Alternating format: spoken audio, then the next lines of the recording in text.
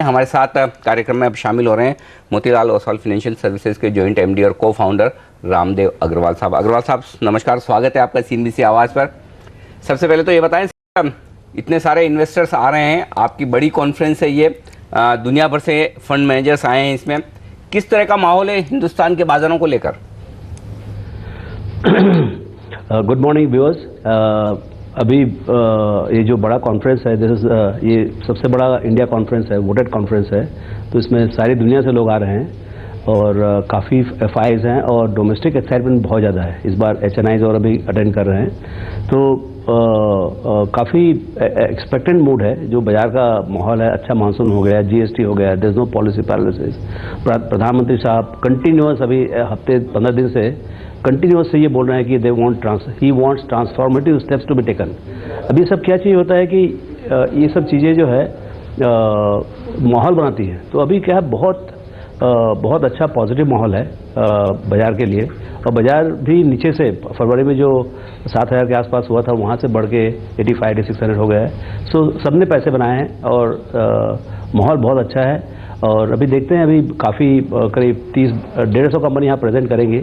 उसमें से करीब समझ लीजिए आप करीब 12 से 15 कॉर्पोरेट मेन ट्रैक में प्रेजेंट करेंगे और काफ़ी NGOs एंड दूसरे भी पॉलिसी मेकर्स, एंटरप्रेन्योर्स, VC सब प्रेजेंटेशन करेंगे। और उसके बाद माहौल देखेंगे और फिर आपसे बात करेंगे कि क्या जिस निकला, कैसा माहौल है कॉर्पोरेट वर्ल्ड में। बिल्कुल, तो आप कह रहे हैं 150 कंपनियां यहाँ पर आने वाली हैं। सर बताएं, अगर कौन सी वो कंपनियां हैं, कौन से सेक्टर्स और कौन सी कंपनियां खासतौर पर मैनेजमेंट्स आने वाले हैं जिस पर सबकी नज़र होनी चाहिए? अभी 150 में तो क्या है, पूरा 60% of the market cap, almost everybody who matters for investing, वो सब कुछ ही आ रही। मतलब आप समझें कि अभी मेन ट्रैक में भी बैंक्स आ रहे हैं, कंज्यूमर कंपनीज आ रही हैं, ऑटोमोबाइल कंपनीज आ रही हैं। सो कोई ऐसा सेक्टर नहीं है, इंफ्रास्ट्रक्चर सब तरफ से, मतलब 150 कंपनी मतलब है, कुछ भी बचेगा नहीं।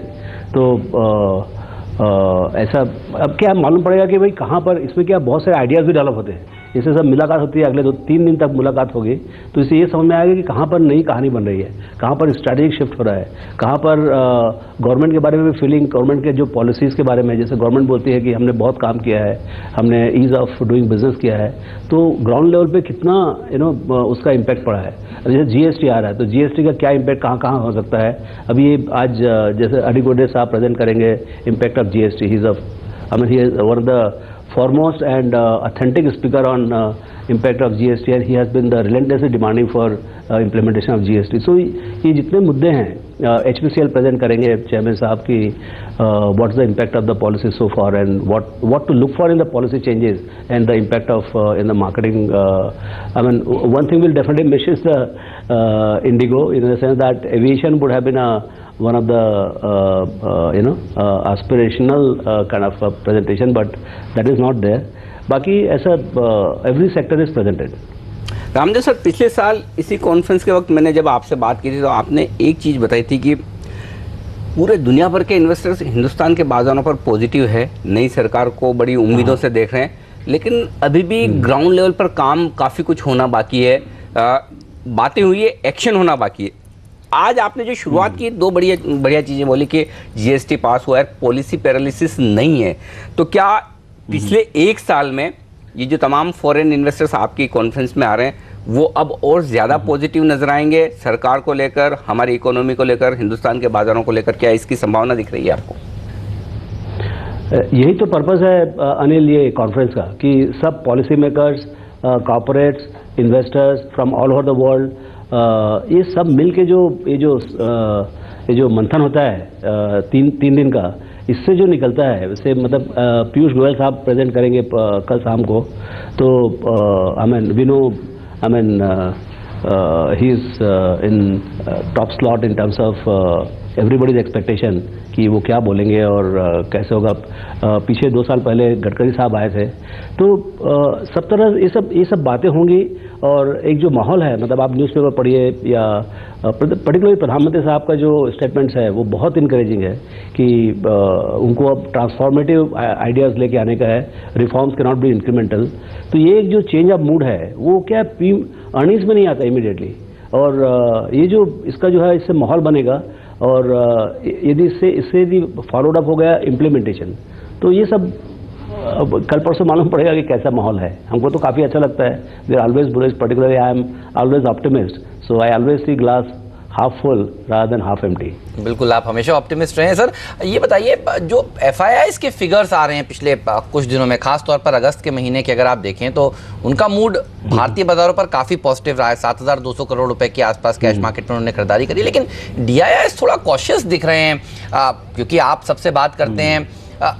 क्यों उनकी तरफ से कॉशियसनेस नज़र आ रही है, इसके बारे में अगर हमसे कुछ शेयर करें। DIIs का कॉशियसनेस उनके इन्वेस्टर्स के ऊपर है, क्योंकि जो यहाँ पर HNIs और जो रिटेल इन्वेस्टर्स हैं या जो होलसेल, मतलब उनको एक ऐसा फीलिंग है, शायद आप लोगों ने काफ़ी कंट्रीब्यूट किया है कि शॉर्ट टर्म में मार्केट करेक्ट होगा, शॉर्ट टर्म में बाजार गिरेगा, और उसके कारण उससे चलते मतलब सब ने अपना हाथ रोक रखा है बाजार में खरीदने के लिए। तो उनका या तो नेट बाइंग नहीं है या एक्चुअली कहीं कहीं तो नेट सेलिंग भी है। तो अब जब यदि म्यूचुअल फंड में फ्लो ही नहीं होगा तो DI का बाइंग कहाँ से आएगा।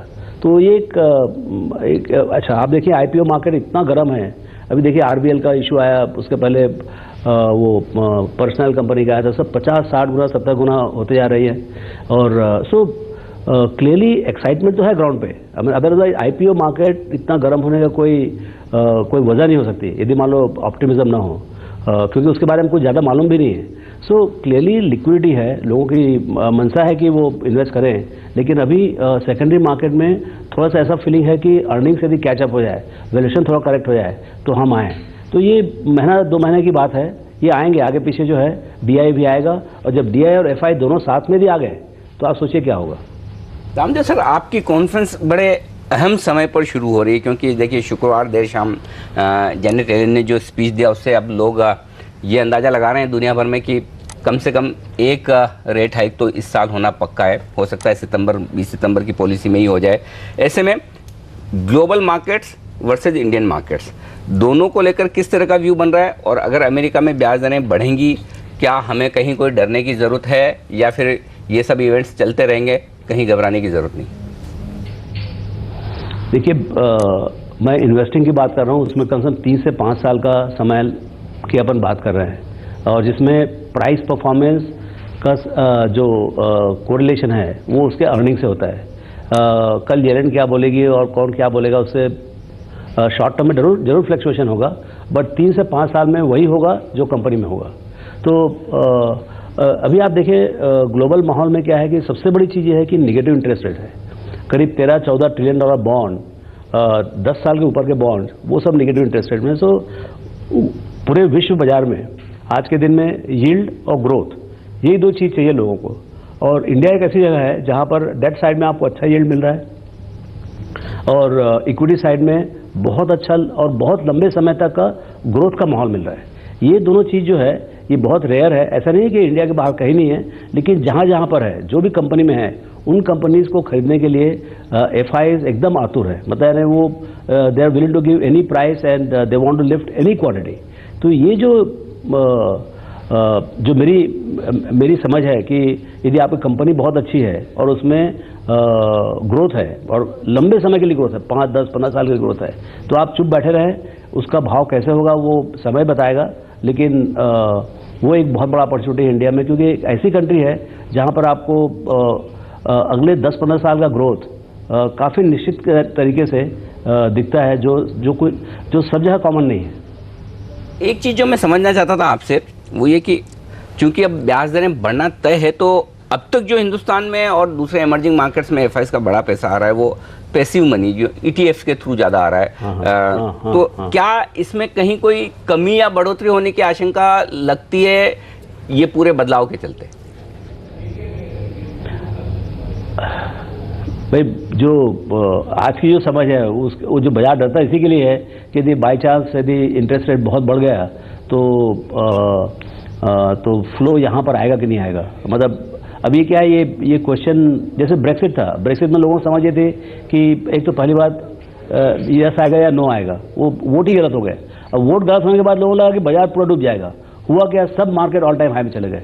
तो ये बहुत मुश्किल है ये कहने का कि इम्पैक्ट क्या हुआ, क्योंकि देखिए आप जो जितने भी डेवलप कंट्रीज है, चाहे यूरोप हो, अमेरिका हो, यूरोप और जापान, तो दो मिला के करीब ऑलमोस्ट 30-35% ऑफ वर्ल्ड इकोनॉमी होते हैं। 13-14 ट्रिलियन डॉलर के बॉन्ड जो है they are going negative and now अब इश्यूएंस भी निगेटिव में है। तो अब इस माहौल में आप येलेन मान लो 25 बेसिस पॉइंट से बढ़ा भी देगी, वो तो क्या सिर्फ ओवरनाइट रेट ही बढ़ा सकती है। लॉन्ग टर्म रेट जो है लास्ट जो इंक्रीज हुआ था उसके बाद और गिर गया, जो 2% था वो 1.5% हो गया। तो उनका भी बहुत ज़्यादा कंट्रोल नहीं है कि किस दिशा में इंटरेस्ट रेट जाएंगे, क्योंकि वो शॉर्ट टर्म भले वो बढ़ा लें, थोड़ा सा उसका इम्पैक्ट जरूर पड़ेगा, लेकिन जो ग्लोबल डिमांड है, ग्लोबल जो वीकनेस है इकोनॉमी में और लैक ऑफ डिमांड है और जो इन्फ्लेशन नहीं है सिस्टम में, उसके लिए she can do nothing about it. So long पूरी दुनिया में जब तक इन्फ्लेशन नहीं आएगा, और इन्फ्लेशन तभी आएगा जब demand will be more than supply.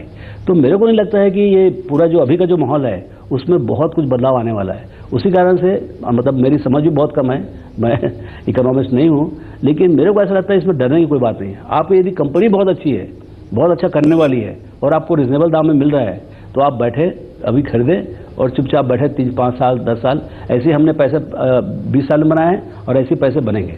तो बॉटम अप अप्रोच पैसा बनाकर देगी। लेकिन सर कुछ लोगों से अगर हम बात करते हैं तो वो कहते हैं कि इस समय ग्लोबली जो फोकस वाले सेक्टर्स हैं, आईटी, फार्मा, इससे दूर रहें, घरेलू स्टोरीज के ऊपर भरोसा करना शायद ज़्यादा बेटर रहेगा। क्योंकि अगर आप भारत की इकॉनमी पर बुलिश हैं तो भारतीय कंपनियां जो भारत में काम काज कर रही हैं, भारत को कैटर कर रही हैं, वो ज़्यादा अच्छा परफॉर्मेंस करेंगी।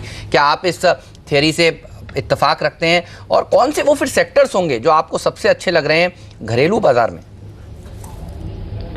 देखिए आप एक बात तो मुझे 35 साल में अब समझ में आ रहा है कि इंडिविजुअल स्टॉक्स में डेफिनेटली आप स्टॉक पिकअप करते हैं इंडिविजुअली, लेकिन पूरे अपने पूरे पोर्टफोलियो जो बनाते हैं वो टेक्नोलॉजी एक अलग है। मतलब आपके पास इंडिविजुअल स्टॉक्स जरूर होने चाहिए, क्योंकि पोर्टफोलियो भी स्टॉक से बनते हैं, तो स्टॉक्स आपको सिलेक्शन सही करना पड़ेगा।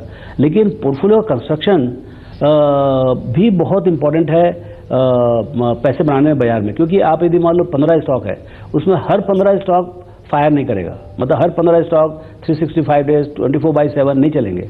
उसमें से कुछ स्टॉक 4-5 स्टॉक कभी भी थोड़ा सा स्लो मोड में रहेगा। तो जैसे आपको फार्मा है, आईटी है, आईटी थोड़ा सा because of global problem in BFSI and थोड़ा सा बेस इफेक्ट भी आ गया है, और it is in mode of transition from erstwhile cost based and headcount driven large IT firms in India to maybe digital oriented, little more transformative. तो थोड़ा सा it is in transition mode पूरा Indian IT industry. लेकिन फिर भी आज आप firms के लेवल पे देखें, आप किसी का IT बजट कम नहीं हो रहा है। मतलब ये है कि इसका स्कोप बहुत अच्छा है आगे भी, और फ्रेंचाइज सेफ है, इनके किसी के मार्जिन में कोई बहुत ज़्यादा डेंट नहीं आया है। वॉल्यूम ग्रोथ अभी भी 10-12% है, लेकिन वो जो 30-40-50% का जो ग्रोथ था जो हम लोग पहले देखते थे 2000, 2003, 2005 में, वो बात नहीं रही है। So clearly it's now much more consolidating, slow mode consolidating kind of industry. तो उसमें उस हिसाब से उसका वैल्यूएशन भी एडजस्ट होते आ रहा है। तो मतलब आपका पोर्टफोलियो जो है बैलेंस होना चाहिए, high growth domestic consumption and maybe little slow to mid growth global opportunity also. तो वो बैलेंस करके चलना पड़ेगा। रामदेव सर, बहुत बहुत शुक्रिया आपका CNBC आवाज़ के लिए वक्त निकालने के लिए और अपनी कॉन्फ्रेंस पर हमसे बातचीत करने के लिए। आपसे फिर जब कॉन्फ्रेंस खत्म होगी तो पूरा समझने की कोशिश करेंगे कि दुनिया भर के इन्वेस्टर्स क्या सोच रहे हैं हिंदुस्तान के बारे में और आगे के लिए क्या ट्रिगर्स निकल कर आ रहे हैं। बहुत बहुत शुक्रिया आज सुबह हमारे साथ जुड़ने के लिए और पूरी राय देने के लिए। धन्यवाद। तो ये थे रामदेव अग्रवाल साहब जो बताते हुए कि हिंदुस्तान में ये एक बड़ी कॉन्फ्रेंस जहाँ पर 150 से ज़्यादा 150 कंपनियां और दुनिया भर के इन्वेस्टर्स, और इस कॉन्फ्रेंस को काफ़ी अहमियत से देखा जाता है और यहाँ पर बड़ा ज़बरदस्त विचार विमर्श और मंथन होता है और उसके बाद लोग ये अंदाजा लगाने की कोशिश करते हैं कि बाजार का डायरेक्शन किस तरह का रहेगा। बिल्कुल, चलिए लेंगे इस नोट पर एक छोटा सा ब्रेक। कहीं मत जाइए, बने रहिए CNBC आवाज़ के साथ ही, क्योंकि ब्रेक के बाद हम आपको बताएंगे कौन से वो एक्सपर्ट्स के पिक्स हैं जहां पर आज आप काम करके मुनाफा कमा सकते हैं। संदीप वागले, संदीप जैन के पिक्स के साथ साथ गौरव बिस्सा के पिक्स भी बताएंगे और उनकी रणनीति भी जानेंगे ब्रेक के उस पार।